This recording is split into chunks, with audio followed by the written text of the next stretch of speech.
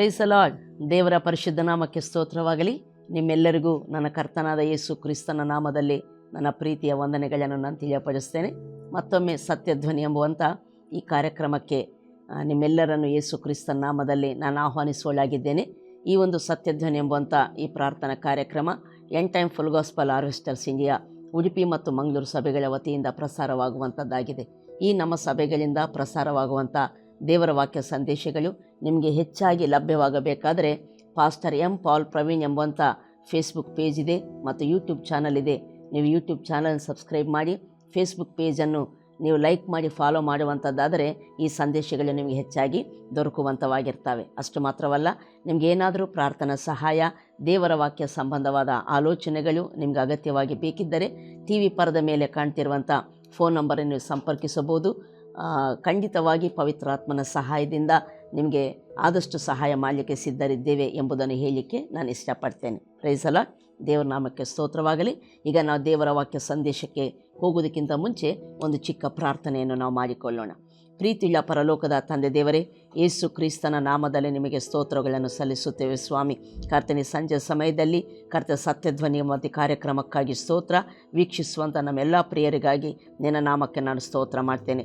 ನಿನ್ನ ವಾಕ್ಯಗಳನ್ನು ನಾವು ಧ್ಯಾನಿಸ್ತಿರುವಾಗ ವಾಕ್ಯದಲ್ಲಿರುವಂಥ ಸತ್ಯಾರ್ಥಗಳನ್ನು ಕರ್ತನೇ ಸ್ವಾಮಿ, ಜೀವ ಮಾರ್ಗದ ಉಪದೇಶವನ್ನು ಪವಿತ್ರಾತ್ಮನ ನಾವೆಲ್ಲರೂ ಗ್ರಹಿಸಿಕೊಳ್ಳಿಕ್ಕಾಗುವಂತೆ ನಮ್ಮೆಲ್ಲರ ಮನೋನೇತ್ರಗಳನ್ನು ಬೆಳಗಿಸಯ್ಯ. ನಮ್ಮ ಹೃದಯದ ನೇತ್ರಗಳು ತೆರೆಯಲ್ಪಡಲಿ, ನಮ್ಮ ಹೃದಯವು ನಿನ್ನ ವಾಕ್ಯಕ್ಕಾಗಿ ತೆರೆಯಲ್ಪಡಲಿ ಎಂಬುದಾಗಿ ನಾನು ಪ್ರಾರ್ಥಿಸ್ತೇನೆ. ಪವಿತ್ರಾತ್ಮನೇ, ಹಾಗೆ ಮಾಡುವುದಕ್ಕಾಗಿ ನಿಮಗೆ ಸ್ತೋತ್ರ ಮಾಡ್ತಾ ಯೇಸು ನಾಮದಲ್ಲಿ ಪ್ರಾರ್ಥಿಸಿ ಬೇಗ ಹೊಂದಿದ್ದೇನೆ. ಪ್ರೀತಿಯುಳ್ಳ ಪರಲೋಕದ ತಂದೆ, ಆಮೆನ್. Praise the lord. ದೇವರ ನಾಮಕ್ಕೆ ಸ್ತೋತ್ರವಾಗಲಿ. ದೇವರ ವಾಕ್ಯವನ್ನು ನಾವು ಧ್ಯಾನ ಮಾಡಲಿಕ್ಕೆ ಹೋಗೋಣ. ಕಳೆದ ಕೆಲವು ವಾರಗಳು ನಾವು ಯಾಕೋಬನ ಪತ್ರಿಕೆ 1ನೇ ಅಧ್ಯಾಯ 2ರಿಂದ 4ನೇ ವಚನ ತನಕಿರುವಂಥ ವಾಕ್ಯ ಭಾಗದಿಂದ ನಾವು ಸಂದೇಶವನ್ನು ನಾವು ಧ್ಯಾನ ಮಾಡ್ತಾ ಬಂದಿದ್ದೆವು. ದೇವರ ವಾಕ್ಯವನ್ನು ತಿಳ್ಕೊಳ್ತಾ ನಾವು ಬಂದಿದ್ದೆವು. ಈ ಭಾಗದಲ್ಲಿ ಬರೆಯಲ್ಪಟ್ಟಂಥ ಸಂಗತಿಯನ್ನು ನಾನು ಮೊದಲು ಓದ್ತೇನೆ. ಇಲ್ಲಿ ಹೀಗೆ ಬರೆಯಲ್ಪಟ್ಟಿದೆ: ನನ್ನ ಸಹೋದರರೇ, ನಿಮ್ಮ ನಂಬಿಕೆಗೆ ಆಗುವ ಪರಿಶೋಧನೆಯು ತಾಳ್ಮೆಯನ್ನು ಉಂಟು ಮಾಡುತ್ತದೆಂದು ತಿಳಿದು ನೀವು ನಾನಾ ವಿಧವಾದ ಕಷ್ಟಗಳಲ್ಲಿ ಬಿದ್ದಿರುವಾಗ ಅದನ್ನು ಕೇವಲ ಆನಂದಕರವಾದದ್ದೆಂದು ಎಣಿಸಿರಿ. ಆ ತಾಳ್ಮೆಯು ಸಿದ್ಧಿಗೆ ಬರಲಿ, ಆಗ ನೀವು ಶಿಕ್ಷಿತರು, ಸರ್ವ ಸುಗುಣವುಳ್ಳವರು, ಏನೂ ಕಡಿಮೆ ಇಲ್ಲದವರು ಆಗಿರುವಿರಿ. Praise the lord. ಈ ವಾಕ್ಯ ಭಾಗದಿಂದ ಕಳೆದ ಕೆಲವು 3 ವಾರಗಳು ನಾವು ದೇವರ ವಾಕ್ಯವನ್ನು ಧ್ಯಾನ ಮಾಡ್ತಾ ಬಂದಿದ್ದೆವು. ಇಲ್ಲಿ ಯಾಕೋಬನು ಯಾರಿಗೆ ಬರೀತಿದ್ದಾನೆಂದರೆ, ಇಸ್ರಾಯೇಲ್ ಅನ್ಯರ ಕುಲದವರಲ್ಲಿ ಯಾರ್ಯಾರು ಕರ್ತನಾದ ಯೇಸು ಕ್ರಿಸ್ತನಲ್ಲಿ ನಂಬಿಕಿಟ್ಟವರಾಗಿದ್ದರೋ ಮತ್ತು ಅವರಿಗೆ ಈ ಒಂದು ಪತ್ರಿಕೆಯನ್ನು ಬರೀತಾ ಇದ್ದಾನೆ. ಅವರಿಗೆ ಈತನು ಬರೆಯುವಂಥ ಈ ಪತ್ರಿಕೆಯನ್ನು ಬರೆಯುವಂಥ ಆ ಒಂದು ಸಮಯದಲ್ಲಿ ಕ್ರಿಸ್ತನಲ್ಲಿ ನಂಬಿಕಿಟ್ಟಂಥ ವಿಶ್ವಾಸಿಗಳು ಅನೇಕವಾದ ಸಮಸ್ಯೆಗಳ ಮೂಲಕ ಅವರು ದಾಟಿ ಹೋಗುವಂಥವರಾಗಿದ್ದರು. ಯಾಕಂದರೆ ಅವರು ಕ್ರಿಸ್ತನಲ್ಲಿ ನಂಬಿಕೆ ಇಟ್ಟಿರುವುದರಿಂದ ಆ ನಂಬಿಕೆ ನಿಮಿತ್ತ ಅವರು ಯಹೂದಿಗಳಿಂದ, ಇಸ್ರಾಯೇಲರಿಂದ ಬಹಳವಾಗಿ ಹಿಂಸೆಗೆ ಒಳಪಟ್ಟವರಾಗಿದ್ದರು. ದೇವರ ವಾಕ್ಯ 1ನೇ ವಚನದಲ್ಲಿ ನಾವು ನೋಡ್ತೇವೆ, ಅವರು ಚೆದರಿ ಹೋಗಿದ್ದರು ಎಂಬುದಾಗಿ ಬರೆಯಲ್ಪಟ್ಟಿದೆ. ಒಂದು ಸಾರಿ ನಾವು ಓದಿಕೊಳ್ಳೋಣ. ದೇವರಿಗೂ ಕರ್ತನಾದ ಯೇಸು ಕ್ರಿಸ್ತನಿಗೂ ದಾಸನಾಗಿರುವ ಯಾಕೋಬನು ಅನ್ಯ ದೇಶಗಳಲ್ಲಿ ಚೆದರಿರುವ 12 ಕುಲದವರಿಗೆ ಬರೆಯುವುದು ನಿಮಗೆ ಶುಭವಾಗಲಿ ಎಂಬುದಾಗಿ. ಅವರು ಅನ್ಯ ದೇಶಗಳಲ್ಲಿ ಚೆದರಿ ಹೋಗಿದ್ದಾರೆ. ಯಾಕಂದರೆ ಅವರಿಗೆ ಉಂಟಾದಂಥ ಹಿಂಸೆಯ ನಿಮಿತ್ತ, ಅವರಿಗೆ ಉಂಟಾದಂಥ ಶ್ರಮೆಗಳ ನಿಮಿತ್ತವಾಗಿ ಅವರಿದ್ದಂಥ ಊರುಗಳಲ್ಲಿ, ಅವರ ಸ್ವಂತ ದೇಶದಲ್ಲಿ, ಸ್ವಂತ ಊರುಗಳಲ್ಲಿ ಅವರು ವಾಸ ಮಾಡಲಿಕ್ಕೆ ಸಾಧ್ಯವಾಗದೆ ಅವರ ಊರುಗಳನ್ನು ಬಿಟ್ಟು, ಅವರ ಸ್ಥಿರ ಆಸ್ತಿಗಳನ್ನು ಬಿಟ್ಟು ಅವರು ಅನ್ಯ ದೇಶಗಳಲ್ಲಿ ಚೆದರಿ ಹೋಗಿರುವಂಥವರಾಗಿದ್ದಾರೆ. ಹೀಗೆ ಕ್ರಿಸ್ತ ನಂಬಿಕೆಯ ನಿಮಿತ್ತ ಚೆದರಿ ಹೋದಂಥವರಿಗೆ ಆ ಸಮಯ ಅಥವಾ ಸಂದರ್ಭ ಅಷ್ಟು ಅನುಕೂಲವಾಗಿರಲಿಲ್ಲ, ದೈಹಿಕವಾಗಿ ನಾವು ಆಲೋಚನೆ ಮಾಡುವಂಥದ್ದಾದರೆ. ಯಾಕಂದರೆ ಇದ್ದ ಊರನ್ನು ಬಿಟ್ಟು, ಇದ್ದ ಮನೆಗಳನ್ನು ಬಿಟ್ಟು, ಇದ್ದ ಕೆಲಸಗಳನ್ನು ಬಿಟ್ಟು, ಇದ್ದ ಆಸ್ತಿಗಳನ್ನು ಬಿಟ್ಟು ಬೇರೆ ದೇಶಗಳಿಗೆ ಹೋಗಿ ಒಂದು ಪರದೇಶಿಗಳಾಗಿ ಜೀವಿಸುವಂಥದ್ದಂದರೆ ಅಷ್ಟು ಸುಲಭವಾದಂಥ ಸಂಗತಿಯಲ್ಲ. ತುಂಬ ಕಷ್ಟಗಳಲ್ಲಿ, ತುಂಬ ಹಿಂಸೆಗಳಲ್ಲಿ, ತುಂಬ ಮಾನಸಿಕವಾದ ವೇದನೆಗಳಲ್ಲಿ, ಭಯಗಳಲ್ಲಿ ಅವರು ಜೀವಿಸುವಂಥ ವ್ಯಕ್ತಿಗಳಾಗಿದ್ದರು. ಅಂಥ ಸಂದರ್ಭದಲ್ಲಿರುವಂಥ ವಿಶ್ವಾಸಿಗಳಿಗೆ ಯಾಕೋಬನು ಈ ಸಂಗತಿಗಳನ್ನು ಆತನು ಬರೀತಾ ಬರ್ತಾನೆ. ಅಂದರೆ ಇಂಥ ನಾನಾ ವಿಧವಾದ ಕಷ್ಟಗಳಲ್ಲಿ ಅವರು ಹೋಗ್ತಿರುವಂಥವರಾಗಿದ್ದರು. ಇಂಥ ಕಷ್ಟಗಳಲ್ಲಿ ಹೋಗುವಾಗ ಎಂಥ ಒಂದು ತಿಳುವಳಿಕೆಯಿಂದ ನಾವು ಜೀವಿಸಬೇಕು, ಅಂಥ ಸಂದರ್ಭದಲ್ಲಿ ನಾವು ಹೇಗೆ ಜೀವಿಸಬೇಕನ್ನುವಂಥದ್ದು, ದೇವರ ಆಲೋಚನೆ ಏನಾಗಿದೆ, ದೇವರ ಆಲೋಚನೆ ನಮಗೆ ಏನು ಹೇಳ್ತೈತೆ ಎಂಬುವಂಥ ಸಂಗತಿಗಳನ್ನು ಪವಿತ್ರಾತ್ಮನ ಸಹಾಯದಿಂದ ಯಾಕೋಬನು ಆ ಒಂದು ಭಕ್ತರಿಗೆ ಆತನು ಬರೀತಾ ಇದ್ದಾನೆ. ಆತನು ಹೇಳ್ತಿದ್ದಾನೆ, ನಿಮ್ಮ ನಂಬಿಕೆಗೆ ಆಗುವ ಪರಿಶೋಧನೆಯು ಎಂಬುದಾಗಿ, ನಿಮ್ಮ ನಂಬಿಕೆಗಾಗುವ ಪರಿಶೋಧನೆಯು ಎಂಬುದಾಗಿ. ಅಂದರೆ ಆ ಬಂದಂಥ ಪ್ರತಿ ಕಷ್ಟಗಳು ಯಾಕಾಗಿ ಬಂದಿದ್ದಾವೆ, ಏನನ್ನು ಮಾಡುತ್ತವೆ ಎಂಬುದಾಗಿ, ಅದರಲ್ಲಿ ನಾವು ಹೇಗೆ ಹೋಗಬೇಕು ಎಂಬುದಾಗಿ ಅದ್ಭುತವಾಗಿ ದೇವರಾತ್ಮನ ಆಲೋಚನೆಗಳನ್ನು ಆತನು ತಿಳಿಸುವಂಥ ಆತನಾಗಿದ್ದಾನೆ. ಅನೇಕ ಸಾರಿ ಕಷ್ಟಗಳು ಬಂದ ಕೂಡಲೇ ಮಾನವರಾಗಿ ನಾವು ಆಲೋಚನೆ ಮಾಡುವಂಥದ್ದು, ದೇವರು ನಮಗೆ ವಿರೋಧವಾಗಿದ್ದಾನೆ, ದೇವರು ನಮ್ಮ ಸಂಗಡ ಇಲ್ಲ, ದೇವರು ಕೈ ಬಿಟ್ಟಿದ್ದಾನೆ, ದೇವರು ನಮಗೇನು ಅದ್ಭುತ ಮಾಡಲೇ ಇಲ್ಲ, ದೇವರು ನಮ್ಮನ್ನು ಕಾಪಾಡಲಿಲ್ಲ. ಈ ರೀತಿಯಾದಂಥ ಆಲೋಚನೆಗಳು ನಮಗೆ ಬರ್ತವೆ. ಕೆಲವೊಮ್ಮೆ ನಾವೇನು ಪಾಪ ಮಾಡಿದ್ದೇವೆ ಏನೋ, ಏನು ತಪ್ಪು ಮಾಡಿದ್ದೇವೆ ಏನೋ, ಅದಕ್ಕೆ ಇಂಥ ಸಂಗತಿ ಬಂದಿದೆ ಎಂಬುದಾಗಿ ಆ ರೀತಿ ಸಹ ಯೋಚನೆ ಮಾಡುವಂಥವ್ರು ಇರ್ತಾರೆ. ನಾವು ಯೇಸುವಲ್ಲಿ ನಂಬಿಕೆ ಇಟ್ಟೆವು, ಏನೋ ಒಂದು ಒಳ್ಳೆಯ ಜೀವಿತ ಸಿಕ್ತೆ ತಂದುಕೊಂಡೆವು, ಆದರೆ ಈಗ ನೋಡುವಂಥದ್ದಾದರೆ ಎಲ್ಲ ಇದ್ದ ಒಂದು ಒಳ್ಳೆಯ ಜೀವಿತ ಸಹ ಹಾಳಾಗಿ ಹೋಯಿತು, ಎಲ್ಲ ನಮ್ಮ ಮನೆ ಮಠಗಳನ್ನು ಬಿಟ್ಟು ಹೀಗೆ ಚೆದರಿ ಹೋಗಬೇಕಾದ ಪರಿಸ್ಥಿತಿ ಬಂತು ಎಂಬುದಾಗಿ ಆ ರೀತಿ ಸಹ ನಿರಾಶೆ ಆಗುವಂಥವ್ರು ಇರ್ತಾರೆ. ಬಟ್ ಅಂಥ ಸ್ಥಿತಿಯಲ್ಲಿರುವಂಥ ವ್ಯಕ್ತಿಗಳಿಗೆ ಅದ್ಭುತವಾಗಿ ದೇವರ ಆಲೋಚನೆಗಳನ್ನು ಯಾಕೋಬನು ತಿಳಿಸ್ತಾ ಇದ್ದಾನೆ. ಮೊದಲನೇದಾಗಿ ಆತನು ಹೇಳ್ತಿದ್ದಾನೆ, ಈಗ ಉಂಟಾದಂಥ ಪರಿಶೋಧನೆ ಅಥವಾ ಕಷ್ಟ, ಶ್ರಮೆ, ಹಿಂಸೆ, ಸಮಸ್ಯೆ ಯಾಕಾಗಿ ಅಂದರೆ ಅದು ನಿಮ್ಮ ನಂಬಿಕೆಗೆ ಆಗುವ ಪರಿಶೋಧನೆ ಎಂಬುದಾಗಿ ಸತ್ಯವೇದ ಹೇಳುವಂಥದ್ದಾಗಿ. ಅಂದರೆ ಯಾಕೋಬನು ಸಮಸ್ಯೆಗಳಲ್ಲಿ ಹೋಗ್ತಿರುವಂಥ, ಶ್ರಮೆಗಳ ಮೂಲಕ ಹೋಗ್ತಿರುವಂಥ, ನಾನಾ ವಿಧವಾದ ಕಷ್ಟಗಳಲ್ಲಿ ಬಿದ್ದಿರುವಂಥ ಭಕ್ತರಿಗೆ ಆತನು ಹೇಳ್ತಾ ಇದ್ದಾನೆ. ನಾನು ಈಗಾಗಲೇ ಹೇಳಿದೆ, ನಮ್ಮ ಕಷ್ಟಗಳು ಬಂದಾಗ ಬೇರೆ ಬೇರೆ ವಿಧವಾದ ಯೋಚನೆಗಳು, ಒಂದು ಮಾನವ ರೀತಿಯಾದಂಥ ಆಲೋಚನೆಗಳು ನಮಗೆ ಬರುವಂಥವಾಗಿರ್ತವೆ. ಬಟ್ ಆದರೆ ನಿಜಕ್ಕೂ ಕಷ್ಟಗಳಲ್ಲಿ ಹೋಗುವಾಗ ಅದನ್ನು ಯಾವ ದೃಷ್ಟಿಕೋನದಿಂದ ನೋಡಬೇಕು, ಅಂದರೆ ಸರಿಯಾದ ದೃಷ್ಟಿಕೋನ ಯಾವುದಾಗಿದೆ ಎಂಬುದಾಗಿ ದೇವರ ವಾಕ್ಯ ಹೇಳುವಂಥದ್ದಾಗಿದೆ. ಅದು ಏನೋ ದೇವರು ದೂರವಾಗಿರುವುದಕ್ಕಾಗಿ ಬರುವಂಥದ್ದಲ್ಲ. ನಾನು ಈಗಾಗಲೇ ಹೇಳಿದೆ, ದೇವರು ಯಾರಿಗೂ ದೂರವಾಗಿರುವುದಿಲ್ಲ, ಯಾರನ್ನು ಆತನು ಯಾವತ್ತಿಗೂ ಕೈ ಬಿಡುವುದಿಲ್ಲ. ಓಕೆ, ಅಷ್ಟು ಮಾತ್ರವಲ್ಲ, ನಾವು ತಪ್ಪು ಮಾಡಿರುವುದಕ್ಕಾಗಿ ಬಂದಿರುವಂಥದ್ದಲ್ಲ. ನಾನು ಹೇಳ್ತೇನೆ, ಪ್ರತಿಯೊಂದು ತಪ್ಪಿಗೂ ಅದರದಾದ ಪರಿಣಾಮ ಇರುವಂಥದ್ದಾಗಿರ್ತೈತೆ. ಬಟ್ ಆದರೆ ಸಮಸ್ಯೆಗಳನ್ನು ನಾವು ತೆಗೆದುಕೊಳ್ಳುವಂಥದ್ದು ಏನಂದರೆ, ತಪ್ಪು ಮಾಡಿದ್ದಕ್ಕಾಗಿ ಬಂದಿದೆ ಅಂತ ನಾವು ನೋಡುವಂಥದ್ದಾದರೆ ತಪ್ಪುಗಳನ್ನು ಸರಿಪಡಿಸಿಕೊಳ್ಳುವ ಪ್ರಯತ್ನಕ್ಕೆ ಹೋಗ್ತೇವೆ. ಬಟ್ ಆದರೆ ವಿಷಯವೇನೆಂದರೆ, ತಪ್ಪುಗಳನ್ನು ಸರಿಪಡಿಸಿಕೊಳ್ಳಬಾರ್ದು ಎಂಬುದಾಗಿ ನನ್ನ ತಾತ್ಪರ್ಯವಲ್ಲ. ಬಟ್ ಯಾವಾಗಾದರೆ ನಂಬಿಕೆ ಅಂತೇಳಿ ಅಥವಾ ದೇವರ ಮೇಲೆ ನಾವು ದೃಷ್ಟಿ ಇಡುವಂಥದ್ದಾದರೆ ನಮ್ಮ ತಪ್ಪುಗಳನ್ನು ಸರಿ ಮಾಡಿಕೊಳ್ಳುತ್ತೇವೆ. ಅಷ್ಟು ಮಾತ್ರ ದೇವರ ಮಹಿಮೆಯನ್ನು ಕಾಣುವಂಥವರು ನಾವು ಆಗಿರ್ತೇವೆ. ಆದ್ದರಿಂದ ಸರಿಯಾದ ದೈವಿಕವಾದ ಅಥವಾ ಬಿಬಿಲಿಕಲ್ ಸತ್ಯವೇದಾನುಸಾರವಾದಂಥ, ವಾಕ್ಯಾನುಸಾರವಾದಂಥ ಮತ್ತು ತಿಳುವಳಿಕೆ ವಿಶ್ವಾಸಿಗಳಾದಂಥ ನಮಗೆ ಬಹಳ ಅಗತ್ಯವಾಗಿ ಬೇಕಾಗಿದೆ. ಅದಕ್ಕೆ ದೇವರ ವಾಕ್ಯ ಹೇಳ್ತೈತೆ, ಪ್ರತಿ ಕಷ್ಟ ಬಂದಾಗ ನಾವು ಅದನ್ನು ಯಾವ ಒಂದು ಆಲೋಚನೆಯಿಂದ, ಯಾವ ಜ್ಞಾನದಿಂದ ನಾವು ತಗೊಳ್ಬೇಕಂದ್ರೆ, ಇದು ನನ್ನ ನಂಬಿಕೆಗೆ ಉಂಟಾದಂಥ ಪರಿಶೋಧನೆ ಎಂಬುದಾಗಿ. ಅದಕ್ಕೆ ಈಗ ನಮ್ಮ ನಂಬಿಕೆ ವಿಷಯದಲ್ಲಿ ನಾವು ಫೋಕಸ್ ಮಾಡತಕ್ಕದ್ದು, ನಾವು ದೇವರನ್ನು ನಂಬುತ್ತಾ ಇರುವಂಥದ್ದು ಅಲ್ಲಿ ಅಗತ್ಯವಾಗಿ ಬೇಕಾಗ್ತದೆ. ಏನೇ ಸಮಸ್ಯೆ ಬರಲಿ, ದೇವರು ಇದರಿಂದ ಬಿಡಿಸಲಿಕ್ಕೆ ಶಕ್ತನಾಗಿದ್ದಾನೆ, ಇದರಿಂದ ನಾನು ಹೊರಗಡೆ ಬಂದೇ ಬರ್ತೇನೆ, ನನಗೀಗಾಗಲೇ ಜಯ ಸಿದ್ಧವಾಗಿದೆ, ಈಗಾಗಲೇ ನಾನು ಆಶೀರ್ವದಿಸಲ್ಪಟ್ಟವನಾಗಿದ್ದೇನೆ, ಇದು ಕ್ಷಣ ಮಾತ್ರವೇ ಇರುವಂಥ ಹಗುರವಾದ ಮತ್ತು ಕಷ್ಟ ಎಂಬುದಾಗಿ ನಾವು ಆ ಒಂದು ದೃಷ್ಟಿಕೋನದಲ್ಲಿ ಹೋಗತಕ್ಕದ್ದು. ಆದ್ದರಿಂದ ಈ ರೀತಿ ದೇವರ ವಾಕ್ಯ ಹೇಳುವ ಒಂದು ಆಲೋಚನೆ ಅಥವಾ ಜ್ಞಾನ ದೃಷ್ಟಿಕೋನ ನಾವು ಹೊಂದದೇ ಹೋಗುವಂಥವರಾದರೆ ಸಮಸ್ಯೆಗಳಲ್ಲಿ ನಾವು ಸೋತು ಹೋಗುವಂಥವರಾಗಿರ್ತೇವೆ ಅಥವಾ ಫೇಲ್ ಆಗುವಂಥವರಾಗಿರ್ತೇವೆ, ನಾವು ಆ ನಂಬಿಕೆಯಿಂದ ಬಿದ್ದು ಹೋಗುವಂಥವರಾಗಿರ್ತೇವೆ. ಹಾಗೆ ಆಗಲೇಬಾರ್ದು, ಜಯಗಳನ್ನು ನೋಡದೆ ಹೋಗುವಂಥವರಾಗಿರ್ತೇವೆ. ಆಗಬಾರದು. ಅಂದರೆ ಸಮಸ್ಯೆಗಳು ಯಾಕೆ ಬಂದಿದ್ದಾವಂದರೆ, ಮೊದಲು ನಾವು ತಿಳ್ಕೊಳ್ಬೇಕು, ಇದು ನನ್ನ ನಂಬಿಕೆಗೆ ಆದಂಥ ಪರೀಕ್ಷೆ.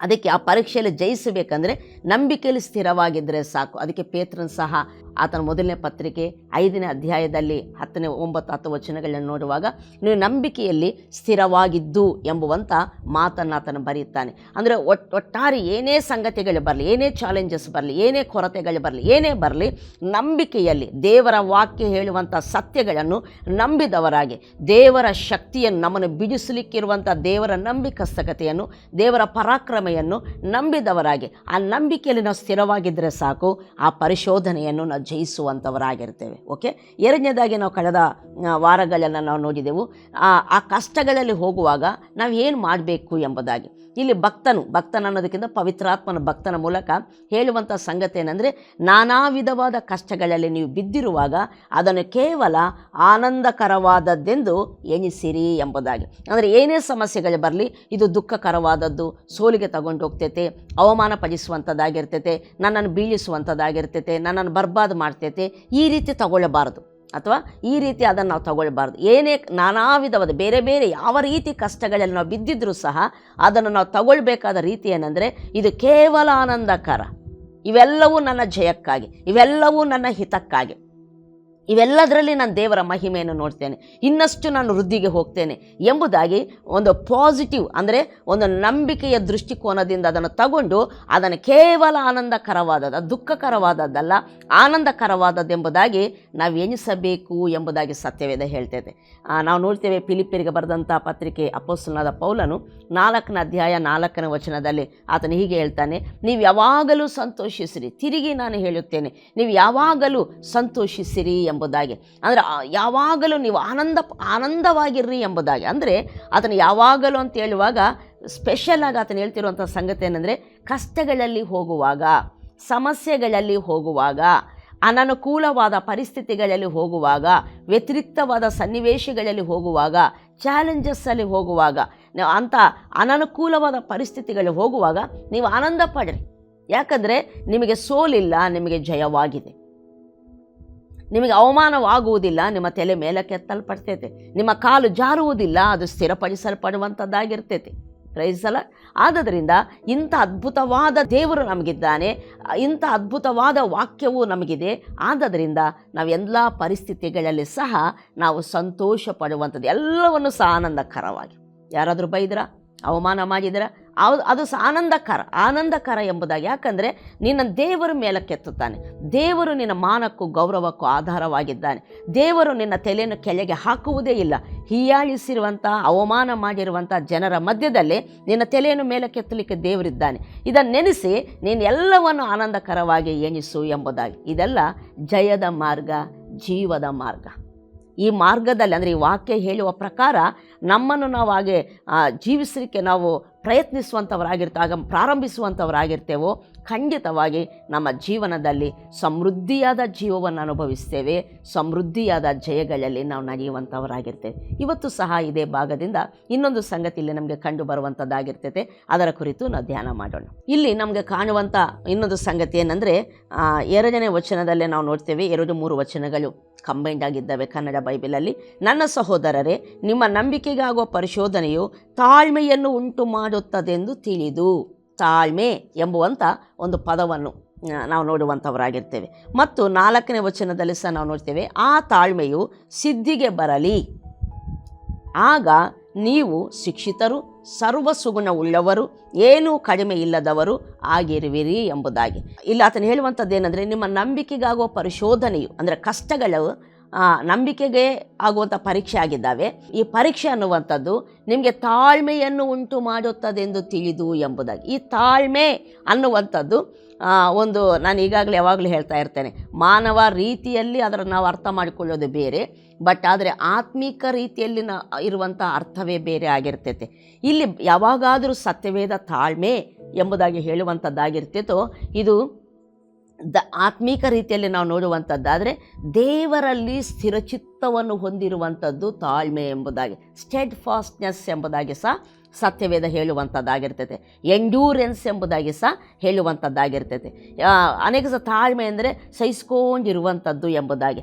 ಮನುಷ್ಯರೀತ ಸಹಿಸ್ಕೊಂಡಿರುವಂಥ ಕಷ್ಟಗಳೆಲ್ಲ ಹೋಗ್ತಿದ್ದೇವೆ, ದುಃಖದಿಂದ ಸಹಿಸುವಂಥದ್ದು, ಕೈಲಾಗದೆ ಸಹಿಸುವಂಥದ್ದು, ಯಾವ ಸಪೋರ್ಟ್ ಇಲ್ಲದೆ ಸಹಿಸುವಂಥದ್ದು, ಏನು ಮಾಡಲಿಕ್ಕಾಗದೆ ಸಹಿಸುವಂಥದ್ದು, ಈ ರೀತಿಯಾದಂಥ ಸಹಿಸುವಿಕೆ ಕುರಿತು ತಾಳ್ಮೆ ಎಂಬುದಾಗಿ ನಾವು ಅರ್ಥ ಮಾಡ್ಕೊಳ್ತೇವೆ. ಆದರೆ ಸತ್ಯವೇದ ಹೇಳುವಂಥ, ದೇವರ ವಾಕ್ಯ ಹೇಳುವಂಥ ಈ ತಾಳ್ಮೆ ಇದು ಬಹಳ ಮತ್ತು ವಿಶೇಷವಾದಂಥ ಸಂಗತಿಯಾಗಿದೆ. ಈ ತಾಳ್ಮೆ ಏನಂದರೆ ದೇವರಲ್ಲಿ ಬಲವಾಗಿರುವಂಥ ಸಂಗತಿ, ದೇವರಲ್ಲಿ ಸ್ಥಿರಚಿತ್ತರಾಗಿರುವಂಥ ಸಂಗತಿ, ದೇವರಲ್ಲಿ ಸಮಾಧಾನ ಹೊಂದಿರುವಂಥ ಸಂಗತಿ ಇದಾಗಿರ್ತೈತೆ.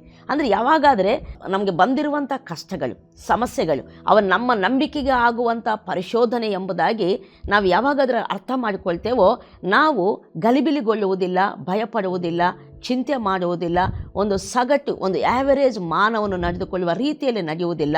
ಬದಲಾಗಿ ದೇವರಲ್ಲಿ ಸ್ಥಿರಚಿತ್ತ ಹೊಂದಿದವರಾಗಿ, ಬಲ ಹೊಂದಿದವರಾಗಿ, ದೇವರನ್ನು ನಿರೀಕ್ಷಿಸುವವರಾಗಿ, ದೇವರಲ್ಲಿ ಉಲ್ಲಾಸವಾಗಿ ಇರುವಂಥವರು ನಾವಾಗಿರ್ತೇವೆ. ಈ ಒಂದು ಸ್ಥಿತಿ, ದೇವರಲ್ಲಿ ಬಲ ಹೊಂದಿರುವ ಸ್ಥಿತಿ, ದೇವರಲ್ಲಿ ಸ್ಥಿರಚಿತ್ತರಾಗಿರುವಂಥ ಸ್ಥಿತಿ, ದೇವರಲ್ಲಿ ಆನಂದಿಸುವಂಥ, ಎಲ್ಲ ಪರಿಸ್ಥಿತಿಯಲ್ಲಿ ಆನಂದಿಸುವಂಥ ಈ ಸಂಗತಿಯನ್ನೇ ತಾಳ್ಮೆ ಎಂಬುದಾಗಿ ಸತ್ಯವೇದ ಹೇಳುವಂಥದ್ದಾಗಿರ್ತೈತೆ. ಈ ತಾಳ್ಮೆ ಯಾರಿಗೆ ಬೇಕು? ನಮಗೆ ಜಸ್ಟ್ ಸಮಸ್ಯೆಗಳಿಲ್ಲದಿದ್ದರೆ ಸಾಕು ಅಂತೇಳಿ ನಾವು ಅಂದುಕೊಳ್ತಾ ಬರ್ತೇವೆ. ಈ ತಾಳ್ಮೆ ಅನ್ನುವಂಥದ್ದು ಏನು ಮಾಡ್ತೈತೆ ಅಂದರೆ ದೇವರ ಸ್ವಭಾವದಲ್ಲಿ ನಮ್ಮನ್ನು ನಿಲ್ಲಿಸುವಂಥದ್ದಾಗಿರ್ತೈತೆ. ಈ ತಾಳ್ಮೆ ಅನ್ನುವಂಥದ್ದು ಏನು ಮಾಡ್ತೈತೆ ಅಂದರೆ ನಾವು ಪ್ರಬುದ್ಧರಾಗಿ ಈ ಜೀವನದಲ್ಲಿ ನಡೆಯುವ ಹಾಗೆ ನಮ್ಮನ್ನು ಮಾಡುವಂಥದ್ದಾಗಿರ್ತದೆ. ಈ ತಾಳ್ಮೆ ನಮ್ಮನ್ನು ಅನೇಕರಿಗೆ ಆಶೀರ್ವಾದವಾಗಿ, ಲೋಕಕ್ಕೆ ಬೆಳಕಾಗಿ ನಮ್ಮನ್ನು ಪ್ರೊಡ್ಯೂಸ್ ಮಾಡುವಂಥದ್ದಾಗಿರ್ತದೆ. ಅದಕ್ಕೆ ಈ ತಾಳ್ಮೆ ನಮ್ಮೆಲ್ಲರಿಗೂ ಬೇಕಾಗಿರುವಂಥ ಸಂಗತಿ. ದೇವರ ವಾಕ್ಯ ಹೇಳ್ತೈತೆ, ಹಿಬ್ರಿ ಪತ್ರಿಕೆ 10ನೇ ಅಧ್ಯಾಯ ಈ ತಾಳ್ಮೆ ಬಗ್ಗೆ ಒಂದು ಮಾತನ್ನು ಭಕ್ತನು ದೇವರಾತ್ಮನ ಮೂಲಕ ಬರೆದದ್ದನ್ನು ನಾವು ನೋಡುವಂಥವರಾಗಿರ್ತೇವೆ. ಒಂದು ಸಾರಿ ಆ ವಾಕ್ಯವನ್ನು ನಾವು ನೋಡಿಕೊಳ್ಳೋಣ. 10ನೇ ಅಧ್ಯಾಯ 36ನೇ ವಚನ. ದೇವರ ಚಿತ್ತವನ್ನು ನೆರವೇರಿಸಿ ವಾಗ್ದಾನದ ಫಲವನ್ನು ಹೊಂದಬೇಕಾದರೆ ನಿಮಗೆ ತಾಳ್ಮೆ ಬೇಕು ಎಂಬುದಾಗಿ, ನಿಮಗೆ ತಾಳ್ಮೆ ಬೇಕು ಎಂಬುದಾಗಿ.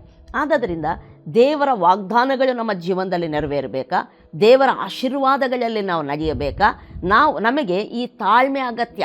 ನಾವು ಬಹಳ ಫಲಿಸುವಂಥ ಜೀವಿತದಲ್ಲಿ ನಾವು ನಡೆಯಬೇಕಾ, ಬಹಳ ಆಶೀರ್ವಾದಕರವಾದಂಥ ಸ್ಥಿತಿಯಲ್ಲಿ, ಅನೇಕರಿಗೆ ಆಶೀರ್ವಾದ ನಿಧಿಯಾಗುವ ಸ್ಥಿತಿಯಲ್ಲಿ ನಾವು ಇರಬೇಕಾ, ಈ ಒಂದು ತಾಳ್ಮೆ ನಮ್ಗೆ ಅಗತ್ಯ. ಅಂದರೆ ನಮ್ಮ ಮನಸ್ಸು ದೇವರಿಂದ ತುಂಬಲ್ಪಟ್ಟಿರುವಂಥದ್ದು, ದೇವರ ಬಲದಿಂದ ಬಲ ಹೊಂದಿರುವಂಥ ಮನಸ್ಸು ಬಹಳ ಅಗತ್ಯ. ಫಲಭರಿತವಾದ ಜೀವಿತಕ್ಕೆ, ದೇವರ ವಾಗ್ದಾನಗಳು ನೆರವೇರಬೇಕಾದಂಥ ಜೀವಿತಕ್ಕೆ ಈ ಒಂದು ತಾಳ್ಮೆ ಅಥವಾ ದೇವರಲ್ಲಿ ಬಲ ಹೊಂದಿರುವಂಥ ಮನಸ್ಸು ಅಗತ್ಯವಾಗಿ ಬೇಕಾಗಿದೆ. ನಮಗೆ ಕಷ್ಟಗಳು ಬಂದಾಗ ನಾವೇನು ಮಾಡ್ತೇವೆ ಅಂದರೆ ಇದು ನಂಬಿಕೆಗಾಗುವ ಪರಿಶೋಧನೆ ಎಂಬುದಾಗಿ ತಿಳಿದು ದೇವರ ನಂಬಿಕೆಯಲ್ಲಿ ಸ್ಥಿರಚಿತ್ತರಾಗಲಿಕ್ಕೆ ನಾವು ಯಾವಾಗಾದರೆ ದೇವರನ್ನು ನೋಡಲಿಕ್ಕೆ ಪ್ರಾರಂಭಿಸ್ತೇವೋ ಈ ಒಂದು ಸಂಗತಿ ನಮ್ಮ ಮನಸ್ಸನ್ನು ದೇವರಲ್ಲಿ ಬಲಪಡಿಸುವಂಥದ್ದಾಗಿರ್ತೈತೆ, ದೇವರಲ್ಲಿ ಸ್ಥಿರತೆಯನ್ನು ನಮ್ಮ ಮನಸ್ಸಿಗೆ ಉಂಟು ಮಾಡುವಂಥದ್ದಾಗಿರ್ತದೆ. ಈ ಸ್ಥಿತಿ ದೇವರಲ್ಲಿ ಯಾವ ಮನುಷ್ಯನಾದರೆ ಸ್ಥಿರಚಿತ್ತನಾಗಿರ್ತಾನೋ, ದೇವರಲ್ಲಿ ಯಾವ ಮನುಷ್ಯನಾದರೆ ಬಲ ಹೊಂದಿರ್ತಾನೋ, ಅವನಿಗಿರುವಂಥ ರಿವಾರ್ಡ್ಸ್ ಅಥವಾ ಅವನು ಹೊಂದುವಂಥ ಅವನ ಜೀವನದಲ್ಲಿ ಮ್ಯಾನಿಫೆಸ್ಟ್ ಆಗುವಂಥ ದೇವರ ಆಶೀರ್ವಾದಗಳು ಯಾರ ಊಹೆಗೆ ಬಂದಿರುವುದಿಲ್ಲ. ಅಷ್ಟು ಅತ್ಯಧಿಕವಾಗಿ ಆತನು ದೇವರ ಆಶೀರ್ವಾದಗಳಲ್ಲಿ ನಡೆಯುವಂಥ ಆತನಾಗಿರ್ತಾನೆ. ಅದಕ್ಕೆ ನಾವು ನೋಡ್ತೇವೆ ಯೆಶಾಯ ಪ್ರವಾದನ ಗ್ರಂಥ 26ನೇ ಸಂಧಿ 30ನೇ ವಚನದಲ್ಲಿ ಹೀಗೆ ಬರೆಯಲ್ಪಟ್ಟಿದೆ, ಸ್ಥಿರಚಿತ್ತನನ್ನು ಆತನು ಪೂರ್ಣ ಶಾಂತಿಯಲ್ಲಿ ನೆಲೆಗೊಳಿಸಿ ಕಾಯುವನು ಎಂಬುದಾಗಿ. ಸ್ಥಿರಚಿತ್ತ ಅಂದರೆ ದೇವರಲ್ಲಿ ಬಲವಾಗಿರುವ ಮನುಷ್ಯ, ದೇವರಲ್ಲಿ ಬಲ ಹೊಂದಿರುವಂಥ ಮನಸ್ಸನ್ನು ಹೊಂದಿರುವಂಥ ಮನುಷ್ಯ. ಓಕೆ, ದೇವರಲ್ಲಿ ಸ್ಥಿರವಾಗಿರುವಂಥ, ತನ್ನ ಮನಸ್ಸನ್ನು ಸ್ಥಿರವಾಗಿ ದೇವರಲ್ಲೇ ಇಟ್ಟಿರುವಂಥ ಮನುಷ್ಯನ ಬಗ್ಗೆ ಈ ವಾಕ್ಯ ಹೇಳುವಂಥದ್ದಾಗಿರ್ತದೆ. ಯಾರಾದರೆ ದೇವರಲ್ಲಿ ಬಲವಾಗಿರ್ತಾನೋ, ದೇವರ ವಾಕ್ಯದಲ್ಲಿ ಸ್ಥಿರವಾಗಿ ನಿಂತುಕೊಂಡಿರ್ತಾನೋ, ದೇವರ ವಾಕ್ಯವನ್ನು ಸ್ಥಿರವಾಗಿ ನಂಬುವನಾಗಿರ್ತಾನೋ, ದೇವರ ವಾಕ್ಯ ಹೇಳ್ತೈತೆ ದೇವರು ಅವನನ್ನು ಪೂರ್ಣ ಶಾಂತಿಯಲ್ಲಿ ನೆಲೆಗೊಳಿಸಿ ಕಾಯುತ್ತಾನೆ. ಪೂರ್ಣ ಶಾಂತಿಯಲ್ಲಿ ನೆಲೆಗೊಂಡಿರ್ತಾನೆ. ಲೋಕದ ಕೇಡು ಅವನನ್ನು ಮುಟ್ಟುವುದಿಲ್ಲ, ಲೋಕದ ಚಿಂತೆ, ಆ ಗಲಿಬಿಲಿಗಳು ಅವನ ಹತ್ತಿರಕ್ಕೆ ಬರುವುದಿಲ್ಲ. ಅವನು ಯಾವಾಗಲೂ ಸಮಾಧಾನದಲ್ಲಿರುವ ಆತನಾಗಿರ್ತಾನೆ. ಮತ್ತಷ್ಟು ಪೂರ್ಣ ಶಾಂತಿ ಅಂತ ಹೇಳುವಾಗ ಶಾಲೋಮ್ ಶಾಲೋಮ್ ಎಂಬುದಾಗಿ ಎಲ್ಲ ಆಶೀರ್ವಾದಗಳಲ್ಲಿ ಅವನು ನಡೆಯುವಂಥ ಆತನಾಗಿರ್ತಾನೆ. ಎಲ್ಲ ದೇವರ ಮೇಲುಗಳಲ್ಲಿ ನಡೆಯುವಂಥ ಆತನಾಗಿರ್ತಾನೆ. ಎಲ್ಲ ದೇವರ ಚಿತ್ತವು ಅವನ ಜೀವನದಲ್ಲಿ ನೆರವೇರುವಂಥದ್ದಾಗಿರ್ತೈತೆ ಎಂಬುವಂಥ ಅರ್ಥ ಬರುವಂಥದ್ದಾಗಿರ್ತದೆ. ಆದ್ದರಿಂದ ನಮ್ಮ ಜೀವನದಲ್ಲಿ ಕಷ್ಟಗಳು ಬಂದಾಗ ನಾವು ಗಲಿಬಿಲಿಗೊಳ್ಳಬಾರ್ದು. ಇದು ನಮ್ಮ ಹಿತಕ್ಕಾಗಿಯೇ. ಏನು ಹಿತ? ಕಷ್ಟ ಬಂದರೆ ಹಿತನ? ಕಷ್ಟ ಏನು ಹಿತ ಎಂಬುವಂಥ ಸಂಗತಿಗಳು ಬರ್ತವೆ. ನಾವು ಕಷ್ಟವನ್ನು ನೆಗೆಟಿವ್ ಆಗಿ ತಗೊಳ್ಬಾರ್ದು, ನಾವು ಕಷ್ಟವನ್ನು ಪಾಸಿಟಿವ್ ಆಗಿ ತಗೊಳ್ಬೇಕು. ಯಾಕಂದರೆ ಆ ಕಷ್ಟಗಳು ಬಂದಾಗ ನಂಬಿಕೆಯಲ್ಲಿ ನಿಲ್ಲುವಂಥದ್ದಕ್ಕೆ ನಾವು ಹೋಗಬೇಕು. ಯಾಕಂದರೆ ಆ ಕಷ್ಟ ಅನ್ನುವಂಥದ್ದು ನಮ್ಮ ಹೀನತೆಗಾಗಿ ಬಂದದ್ದಲ್ಲ, ಅಥವಾ ನಮ್ಮ ಬೀಳಿಸುವಿಕೆಗಾಗಿ ಬಂದದ್ದಲ್ಲ, ನಮ್ಮ ಸೋಲಿಗಾಗಿ ಬಂದದ್ದಲ್ಲ. ನಾವು ನಂಬಿಕೆಯಲ್ಲಿ ಸ್ಥಿರವಾಗಿದ್ದು ಅದನ್ನು ಎದುರಿಸಿ ಜಯ ಜೀವಿತ ಹೊಂದುವುದಕ್ಕಾಗಿ ಬಂದಿರುವಂಥದ್ದಾಗಿದೆ. ಆದರೆ ಕಷ್ಟಗಳು ಬಂದಾಗ ದೇವರನ್ನು ನೋಡಬೇಕು, ವಾಕ್ಯವನ್ನು ನೋಡಬೇಕು. ಆ ನಂಬಿಕೆಯಲ್ಲಿ ನಾವು ಸ್ಥಿರವಾಗಿರಬೇಕು. ಯಾವಾಗ ನಂಬಿಕೆಯಲ್ಲಿ ಸ್ಥಿರವಾಗ್ತಾ ಇರ್ತೇವೋ ನಮ್ಮ ಮನಸ್ಸು ದೇವರಲ್ಲಿ ಬಲ ಹೊಂದುತ್ತಾ ಬರುವಂಥದ್ದಾಗಿರ್ತದೆ. ಅದನ್ನೇ ತಾಳ್ಮೆ ಎಂಬುದಾಗಿ ಸತ್ಯವೇದ ಈ ಭಾಗದಲ್ಲಿ ಹೇಳುವಂಥದ್ದಾಗಿದೆ. ಯಾವಾಗ ದೇವರಲ್ಲಿ ನಾವು ಬಲ ಹೊಂದುತ್ತಾ ಬರ್ತೇವೋ, ದೇವರಲ್ಲಿ ಸ್ಥಿರವಾದ ಮನಸ್ಸನ್ನು ನಾವು ಹೊಂದುತ್ತಾ ನಾವು ಬರ್ತೇವೋ, ದೇವರ ವಾಕ್ಯ ಹೇಳ್ತೈತೆ ಅದೊಂದು ದೈವ ಸ್ವಭಾವವಾಗಿದೆ. ಅದು ನಮ್ಮ ಜೀವನದಲ್ಲಿ ಪೂರ್ಣ ಶಾಂತಿಗೆ ಅಥವಾ ಪೂರ್ಣ ಆಶೀರ್ವಾದಗಳಲ್ಲಿ ನಮ್ಮನ್ನು ನಡೆಸುವಂಥದ್ದು ಆಗಿರ್ತೈತೆ ಎಂಬುದಾಗಿ. ಹಲ್ಲೆಲೂಯಾ. ಆದ್ದರಿಂದ ಕಷ್ಟಗಳ ಬಗ್ಗೆ ತಪ್ಪಾದ ದೃಷ್ಟಿಕೋನ ಬೇಡ, ಸರಿಯಾದ ದೃಷ್ಟಿಕೋನ ಹೊಂದಿಕೊಂಡಿರೋಣ. ಇದು ನನಗೆ ತಾಳ್ಮೆಯನ್ನು ಉಂಟು ಮಾಡುತ್ತದೆ ಎಂಬುದಾಗಿ ತಿಳಿದು, ನಂಬಿಕೆಗೆ ಉಂಟಾಗುವ ಈ ಪರಿಶೋಧನೆ ತಾಳ್ಮೆಯನ್ನು ದೈವ ಸ್ವಭಾವವನ್ನು ಉಂಟು ಮಾಡುತ್ತದೆ. ಪೇತ್ರನು ಬರೆದಂಥ 2ನೇ ಪತ್ರಿಕೆ 1ನೇ ಅಧ್ಯಾಯ 4-5 ವಚನಗಳನ್ನು ಓದ್ತಾ ಹೋಗುವಾಗ ಅಲ್ಲಿ ಬರೆಯಲ್ಪಟ್ಟಿದೆ, ನಾವು ದೈವ ಸ್ವಭಾವದಲ್ಲಿ ಪಾಲುಗಾರರಾಗುವಂತೆ ಉತ್ಕೃಷ್ಟವಾಗಿಯೂ ಅಮೂಲ್ಯವಾಗಿರುವಂಥ ವಾಗ್ದಾನಗಳನ್ನು ದೇವರು ನಮಗೆ ಅನುಗ್ರಹಿಸಿದ್ದಾನೆ ಎಂಬುದಾಗಿ. ಕೆಳಗಡೆ 5ನೇ ವಚನದಲ್ಲಿ ಬರೆಯಲ್ಪಟ್ಟಿದೆ, ಈ ಕಾರಣದಿಂದ ನೀವು ಪೂರ್ಣ ಆಸಕ್ತಿ ಉಳ್ಳವರಾಗಿ ಅಥವಾ ಪೂರ್ಣ ಜಾಗ್ರತೆ ಉಳ್ಳವರಾಗಿ, ಡಿಲಿಜಿಯೆಂಟಾಗಿ, ಜಾಗ್ರತೆಯಾಗಿ ನೀವು ನಿಮಗಿರುವ ನಂಬಿಕೆಗೆ ಎಂಬುದಾಗಿ ಅನೇಕ ಸಂಗತಿಗಳನ್ನು ಸೇರಿಸಿರಿ ಎಂಬುದಾಗಿ ಬರೀತಾ ಬರ್ತಾನೆ. ಅದರಲ್ಲಿ ತಾಳ್ಮೆಯನ್ನು ಸೇರಿಸಿರಿ ಎಂಬುದಾಗಿ ಆತನು ಬರೀತಾ ಬರ್ತಾನೆ. ಈ ತಾಳ್ಮೆ ಅನ್ನುವಂಥದ್ದು ದೈವ ಸ್ವಭಾವ. ಈ ದೈವ ಸ್ವಭಾವನುಂಟು ಮಾಡುವಂಥದ್ದು ದೇವರ ವಾಕ್ಯ. ಈ ದೇವರ ವಾಕ್ಯದಲ್ಲಿ ನೆಲೆಗೊಳ್ಳುವಂಥದ್ದು ಸಮಸ್ಯೆಗಳು ಬಂದಾಗ ನಾವು ಮಾಡಬೇಕಾದ ಸಂಗತಿ, ಆ ವಾಕ್ಯದಲ್ಲಿ ನೆಲೆಗೊಂಡ್ರೆ ತಾಳ್ಮೆ ನಮಗೆ ಉಂಟಾಗುವಂಥದ್ದಾಗಿರ್ತೈತೆ. ಈ ತಾಳ್ಮೆ ಬೇಕೇ ಬೇಕು. ಯಾಕಂದರೆ ಈ ತಾಳ್ಮೆ, ಈ ಒಂದು ಸ್ಥಿರಚಿತ್ತ ದೇವರಲ್ಲಿ ಬಲ ಹೊಂದಿರುವಂಥ ಮನಸ್ಸು ಅನ್ನುವಂಥದ್ದು ನಮ್ಮ ಜೀವಿತವನ್ನು ನಮ್ಮ ಊಹೆಗೆ ಮೀರಿ ಆಶೀರ್ವದಿಸುವಂಥದ್ದಾಗಿರ್ತದೆ. ನಾವೆಲ್ಲ ವಿಷಯಗಳಲ್ಲಿ ದೇವ ಆಶೀರ್ವಾದಗಳಲ್ಲಿ ನಡೆದುಕೊಳ್ಳುವಂಥವರಾಗಿರ್ತೇವೆ. ನಮ್ಮ ಜೀವನ ಬಹಳ ಫಲಿಸುವಂಥ ಫಲಭರಿತವಾದ ಜೀವನವಾಗಿರ್ತದೆ. ಅದಕ್ಕೆ 4ನೇ ವಚನದಲ್ಲಿ ಯಾಕೋಬನು ಬರೀತಾನೆ, 1ನೇ ಅಧ್ಯಾಯ 4ನೇ ವಚನದಲ್ಲಿ, ಆ ತಾಳ್ಮೆಯು ಸಿದ್ಧಿಗೆ ಬರಲಿ. ಆ ತಾಳ್ಮೆ ನಿಮ್ಮಲ್ಲಿ ಉಂಟಾಗಲಿ. ಒಂದು ಬಾಲಕನ ಸ್ವಭಾವದಿಂದ ಪ್ರಬುದ್ಧನ ಸ್ವಭಾವಕ್ಕೆ ನೀವು ಬರಲೇಬೇಕು. ಆಗ ನೀವು ಶಿಕ್ಷಿತರು, ಸರ್ವ ಸುಗುಣ ಉಳ್ಳವರು, ಏನೂ ಕಡಿಮೆ ಇಲ್ಲದವರು ಆಗಿ. ಆ ತಾಳ್ಮೆ ಬಂದಾಗಂತೆ ನಾವು ಸರಿಯಾಗಿ ಟ್ರೈನ್ ಆದಂಥ ವ್ಯಕ್ತಿಗಳು, ಶಿಕ್ಷಿತರು, ಸರಿಯಾಗಿ ಕಲಿಸಲ್ಪಟ್ಟಂಥ ವ್ಯಕ್ತಿಗಳು, ಕಲಿತವರು ಜ್ಞಾನಿಗಳು ನಾವು ಆಗಿರ್ತೇವಂತೆ. ಸರ್ವ ಸುಗುಣ ಉಳ್ಳವರು, ಎಲ್ಲ ಒಳ್ಳೆಯ ಗುಣಗಳನ್ನು ನಾವು ಹೊಂದಿಕೊಂಡವರಾಗಿರ್ತೇವಂತೆ. ಯಾವ ಒಳ್ಳೆಯದಕ್ಕೂ ಕಡಿಮೆ ಇಲ್ಲದವರು ನಾವು ಆಗಿರ್ತೇವಂತೆ. Price the lord. ಹಾಗಾದರೆ ಕಷ್ಟಗಳು ನಮ್ಮ ಹಿತಕ್ಕಾಗಿಯೇ. ಅದರ ಅರ್ಥ ಕಷ್ಟಗಳು ಬರಬೇಕೆಂಬುದಾಗಿ ನಾನು ಹೇಳ್ತಾ ಇಲ್ಲ.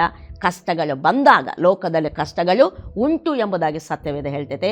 ಬಂದಾಗ ದೇವರ ವಾಕ್ಯ ಹೇಗೆ ನಾವು ಅದನ್ನು ತಗೊಳ್ಬೇಕೋ, ಹೇಗೆ ಅದರಲ್ಲಿ ಜೀವಿಸಬೇಕೋ, ಹೇಗೆ ಅದನ್ನು ಡೀಲ್ ಮಾಡಿಕೊಳ್ಬೇಕೋ, ವಾಕ್ಯ ಹೇಳಿದ ಪ್ರಕಾರ ನಾವು ನಡೆದುಕೊಳ್ಳುವಂಥದ್ದಾದರೆ ನಾವು ಎಲ್ಲಿ ಸೋಲನ್ನು ಕಾಣುವುದಿಲ್ಲ. ನಾವು ಜಯದ ಮೇಲೆ ಜಯವನ್ನು, ಪ್ರಭಾವದ ಮೇಲೆ ಪ್ರಭಾವವನ್ನು ಹೊಂದಿಕೊಳ್ಳುತ್ತಾ ಮುಂದಕ್ಕೆ ನಾವು ಹೋಗುವಂಥವರಾಗಿರ್ತೇವೆ. ಒಂದು ಸಮಯ ಬಂದಾಗ ನಾವು ದೈವ ಸ್ವಭಾವದಲ್ಲಿರುವಂಥವರಾಗಿರ್ತೇವೆ.